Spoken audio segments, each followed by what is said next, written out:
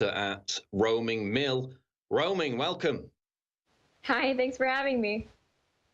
Now, I want to get into gun control because we were talking about it. I was talking about it with Alex before the break. This March for Our Lives event over the weekend, obviously a big voter recruitment drive for Democrats. You know, less than 10% of the attendees are actually children. But we've seen polls over the past 48 hours which show this lead in terms of the House race for Congress in the midterms has narrowed to the point where the Democrats had a 15-point lead back in October to a 5-point lead now. I think this is going to backfire spectacularly, this gun control narrative, because it might force Republicans to rally and to get out and vote in the midterms, whereas before they had no real reason to do so. Obviously, the Democrats have this big anti-Trump narrative. That's their entire, they basically got no policy platform, but they're trying to make it a referendum against Trump. They're active. They've got people out.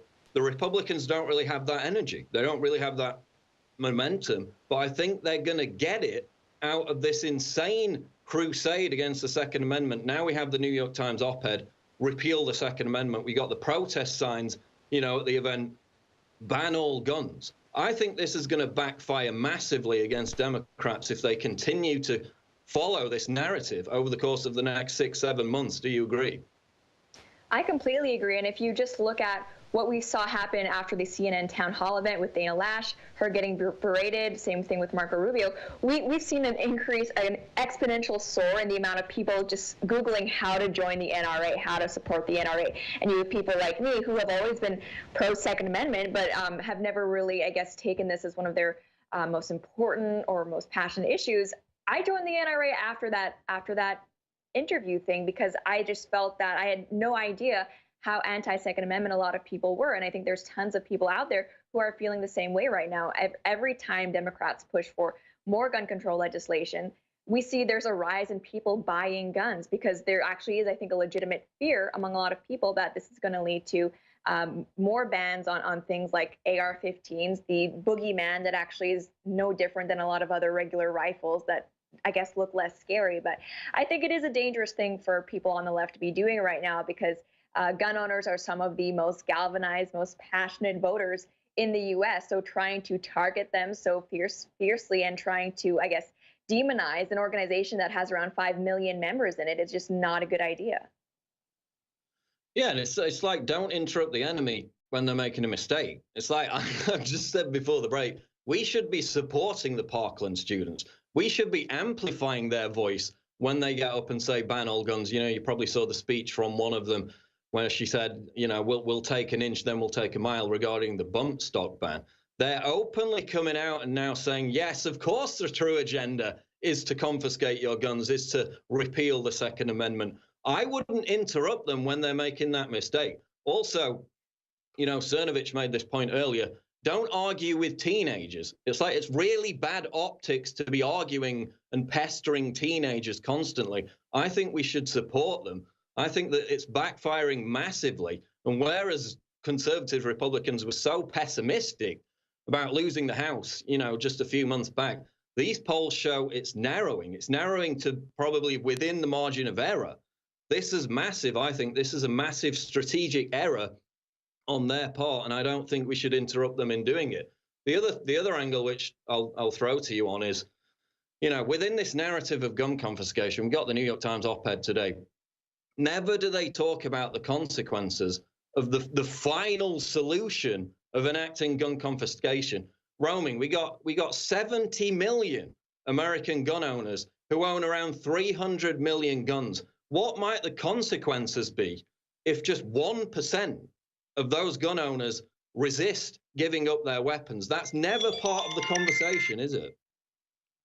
Well, I think exactly. And you always hear these protesters who are so passionate about, you know, we'll take it from your cold dead hands, fine. And we've actually seen people with those sorts of signs at the March for Our Lives rally. I don't know how they think they're going to do that, right? I mean, you have this group of people who are by nature ideologically opposed to gun ownership, trying to say that they're coming after the gun owners.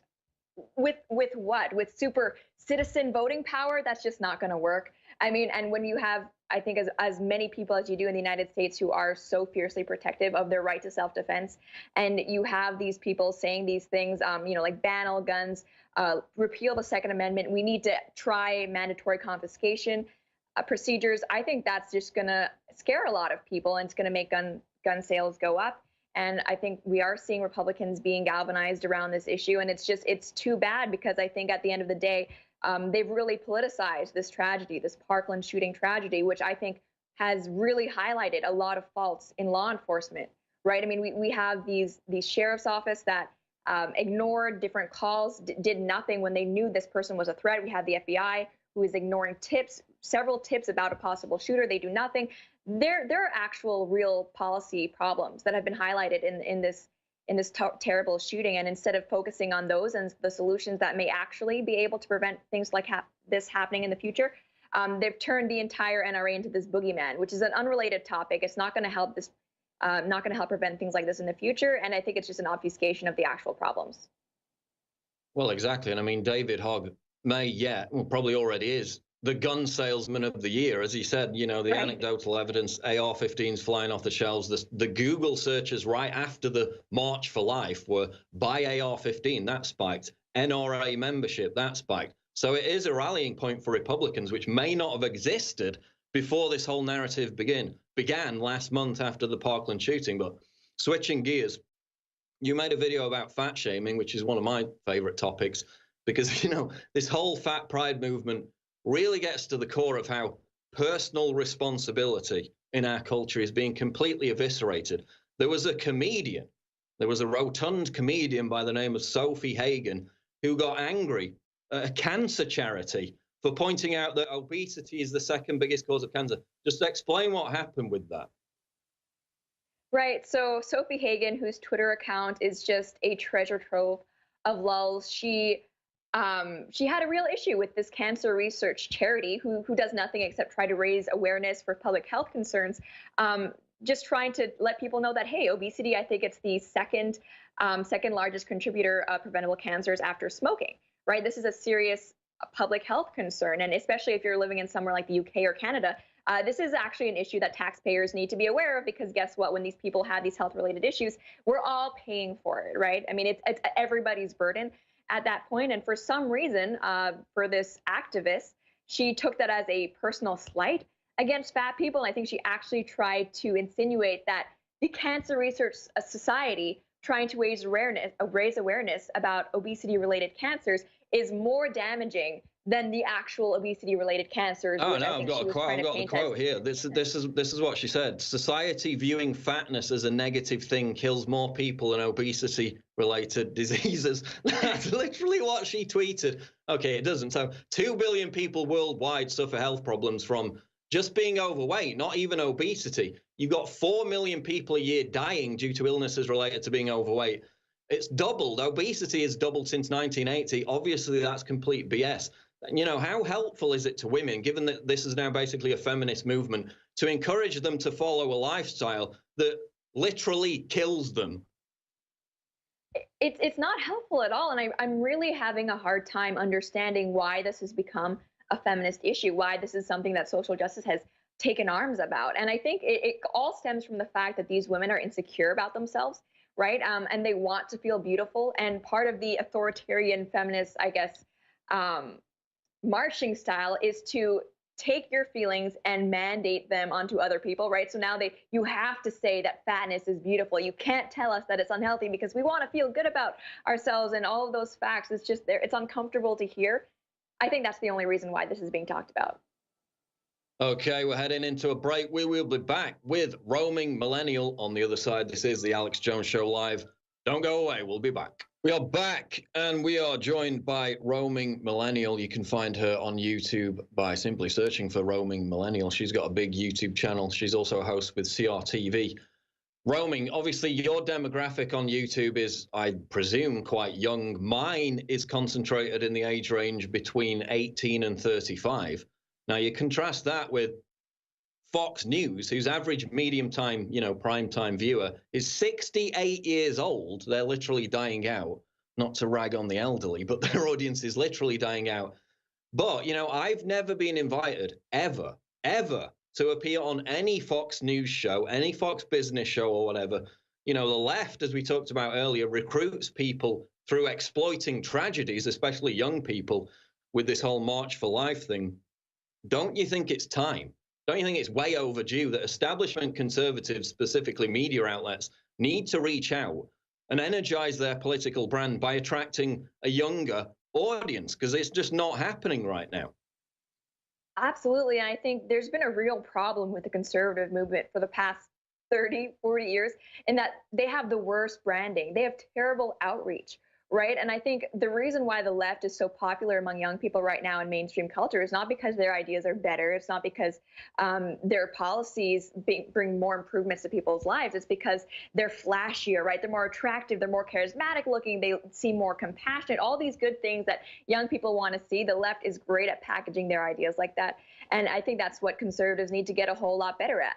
And when I look at places like Fox News, I enjoy watching Fox News, but I do wish that they had more of an effort to reach younger viewers, right? I mean, we have entire networks that were originally dedicated to youth entertainment, like MTV. Now, essentially, they've become these giant propaganda mills, right? And I disagree with that, but at the same time, it's dang effective. And we just don't see conservatives putting that amount of effort into connecting to young people, which is too bad. And yeah, I mean, you have it to a certain extent on YouTube, which is why I joked to the New York Times last year, YouTube is a right-wing safe space. Obviously, they've still got things like the Young Turks, they've got the comedy shows, but in terms of individual personalities, the right, or you could call it the centrist crowd, really do dominate on YouTube to a great extent. And that's why they're so paranoid about YouTube from my perspective.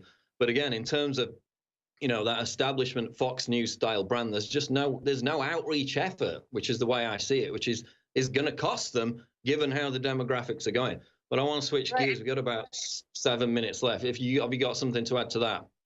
Well, what I would like to see going forward is just to see a greater, I guess, partnership between these establishment Republican or establishment conservative outlets and the new younger generation of conservative commentators and activists, right? Because I think at the end of the day, we may be ideologically aligned, but our demographics are very different, and we need to sort of consolidate people together into kind of pursuing things that are universally conservative, right? That's how we get measures actually changed and policies actually implemented, people actually elected, is that we all need to kind of get on the same page in terms of like what politicians we want to see, what kind of policies conservatives want to focus on. And I think there needs to be, I guess, the sort of coalescence among conservatives like that.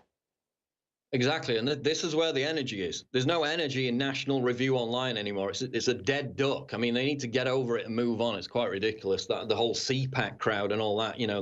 They get so triggered by anyone who complains about a potential speaker or a potential guest. They cancel them imminently. I mean, they're so paranoid. They're so precious. They need to get over themselves. Let's move on, though. You made a video about the alt-right. In fact, there's a meme, which I posted today, which you featured in your alt-right video, which shows the alt-right and social justice warriors and how their beliefs are basically the same, or at least a mirror image of each other, when it comes to race, segregation, views on society. And I've made this point many times. I'll flash that meme up when this goes up on YouTube. The alt-right and the far left, they need each other. The mainstream media needs the alt-right because they use it as a bogeyman to smear ordinary conservatives. And, you look at the alt-right's presence on YouTube in physical real life, there are more cameras at a Richard Spencer event than actual attendees. Their YouTube presence is pathetic in comparison to people like you and more centrist libertarian types. It's not even there. It's barely there. It's pathetic. I make videos attacking the alt-right. The alt-right hates me. They hate you, obviously, because a lot of them are virulent racists. You had the right-wing watch attack on you. Even though they attack you, they hate you, you attack them, still it was, white supremacy figured out how to become YouTube famous. So right, nice picture of me there. What is it with this media environment where we can bash the alt-right all day? I can literally put it in my profile, anti-alt-right. They hate me, I attack them, and yet still we're both alt-right. Isn't that an interesting alliance between the far left and the mainstream media when it comes to the alt-right? Absolutely. Like you said, they do need each other. They feed off of each other. And I think when it comes to the mainstream media's understanding of the alt-right, they don't actually know what the alt-right is. They just kind of see the alt-right as any any racist boogeyman, right? So it doesn't matter that you and I speak out against the alt-right, are very ideologically different than the alt-right, because we're not a fan of social justice or their own form of identity race-based politics. We're there for alt-right. And it's funny because I think if they actually understood what the alt-right believes when it comes to their racial identitarianism and racial tribalism, they would actually see that, oh, hang on a second, they're exactly like Black Lives Matter, but for white people. And I think that might be sort of an interesting little bit of cognitive dissonance for them if the time ever did come. But you're right, these two groups, if they weren't around making waves at each other, they eventually would disappear because they'd have nothing to complain about. And I mean, that's the point. Whenever I get called alt-right in the media, it's like, yeah, you don't know what the alt-right is, do you? It's not anyone who disagrees with you, okay? It's a very specific subsection of people whose views are completely abhorrent, and you know where to find them on certain websites, which is the complete opposite of everyone else. But they lump us in. It's a useful tool to smear, more mainstream conservatives with, which is why they do it, which is why the mainstream loves the alt-right, and the alt-right loves the mainstream because they wouldn't otherwise have an audience. But we got a few minutes left with Roaming Millennial. Social media censorship. Obviously, we've seen this Facebook algorithm change broadly affecting conservatives more than left-wing websites. We've seen YouTube targeting political content. Has this impacted you at all in terms of your YouTube output? Well, I mean, definitely I've had issues with demonetization. I've even had I've had to appeal them, and I have gotten some approved, but I think that's been going on for a long time. But regarding this Facebook thing, I actually just got off a call with one of the people at CRTV saying that we're going to need to, I guess, reevaluate how we do things, because the sad fact of the matter is Facebook is targeting, like, you any call to action where you might want to direct someone to a third-party site or article where there's more conservative content, they're actually cracking down on that, and they're not favoring that anymore. And so it is hard, and we're going to need to adapt. And I always struggle with, is it just worth leaving it? Because, I mean, I'm personally not on Facebook. My show has a Facebook page, but I'm not on Facebook. I mean, I am on YouTube, and they have their own leftist policies. And it's hard because on the one hand, I don't want to support these companies. I don't agree with what they're doing. But on the other, this is where the eyes are, right? This is where the viewership is. So, I mean, right now, I kind of see these companies as this necessary evil if I want to actually connect with people and be able to have this discussion on a large platform. But long term, I'm hoping that alternatives arise where we were able to just leave these guys behind. Well, I mean, my attitude is just ride it until the wheels fall off. And, I think they are starting to fall off. I got a Facebook video, for example. I was getting more views on those videos than the ones on YouTube. As of this algorithm change, that's been slightly amended. So we'll see how that goes. But that is the main threat in terms of censorship from my perspective. It's not outright bans, it's them tweaking the algorithm in the background. So suddenly your audience dwindles away and you can't really prove that they've done anything. I think that's the main threat going forward. But in the final minute, Roaming Millennial, yeah, you want to add to that? Go ahead. Well, I mean, it's essentially a shadow ban, right? So you have all these conservative channels who maybe are thinking, is my audience just not interested in what? But actually, they're not even being notified of your videos. They're not showing up on your feeds. It's actually a pretty smart way of doing things. You can ban people without actually having to ban them, and they don't know. Exactly. Now we got about a minute left. Tell people where they can find you on Twitter and YouTube and your plans going forward.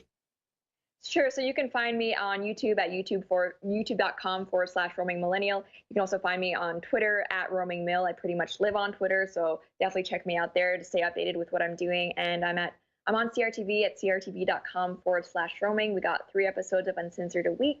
And going forward, I will be speaking in Arizona on the 21st of April. So if you're in the area, be sure to come say hi. Okay, there goes Roaming Millennial. Be sure to check her out. She's got a fabulous YouTube channel. Check it out today. Roaming, thanks a lot. Appreciate it. Thanks.